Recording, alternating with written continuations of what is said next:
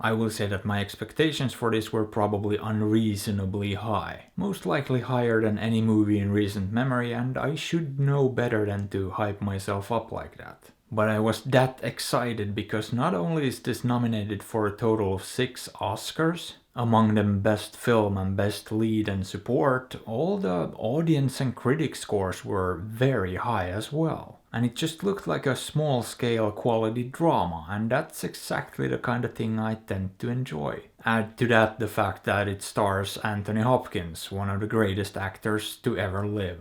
And the screenplay is written by Christopher Hampton, who's written some good movies before too. All of which combined suggested that this should have been a very good movie. Now for me the wild card was probably Florian Zeller, the director, and the writer of the original play this is based on. Because I wasn't familiar with his work, in fact I'd never even heard of one of his movies before. So on that front I really had no idea what to expect, but as I said I had my hopes up. The thing is though, this isn't a very good movie. It's a pretty phenomenal movie. This thing absolutely floored me, and I can't remember being this emotionally devastated by a movie in a very long time. I mean, first of all, it's a very good looking movie. I like the cinematography a lot. It just looks very clean and classy without really drawing attention to itself. The shots themselves are very well composed without trying to show off. So yeah, visually it's a well-made and very pleasant looking movie. And when it comes to the writing in this, I have to admit that it does feel a tad bit stage play. That aspect does shine through a little bit, however much less than most stage play adaptations. And had I not known this was one of those, I might not even have picked up on it. I mean, all the other signs are there too. It has a very small cast, most of the movie takes place in one apartment, and it is indeed quite dialogue heavy, with a lot of people pacing around while performing said dialogue. However, unlike most similar movies, this actually looks and feels like a film first. As I already mentioned, it's very well shot and it certainly handles things exceptionally well in that department.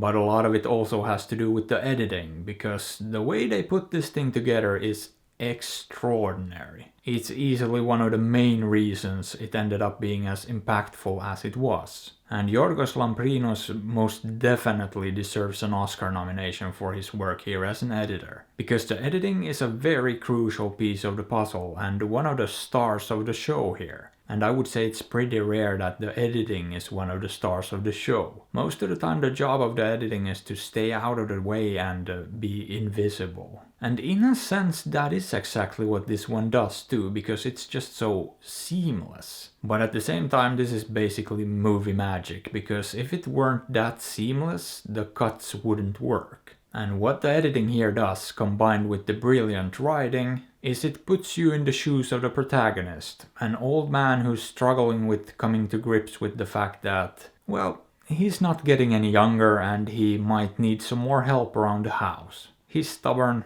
he's set in his old ways, and doesn't want to hear any of that.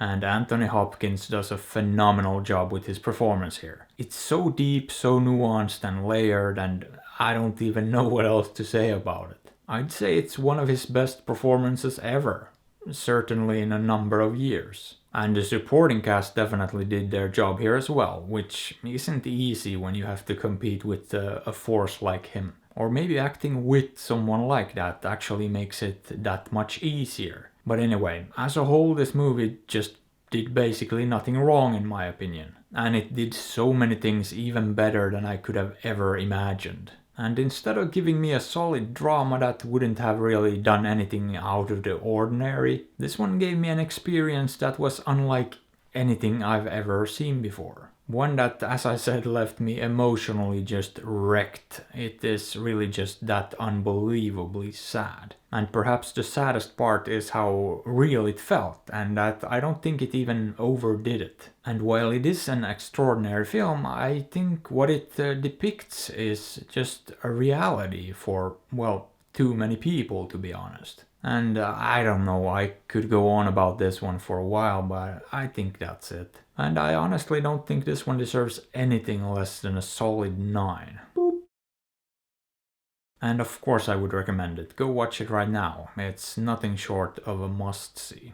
Or don't. It's entirely up to you. After all, I'm not your father. But hey, what are your thoughts on this? Have you seen it? Did you like it? Let me know. And if you enjoyed the video, maybe give it a thumbs up or sub to the channel because that would be fantastic.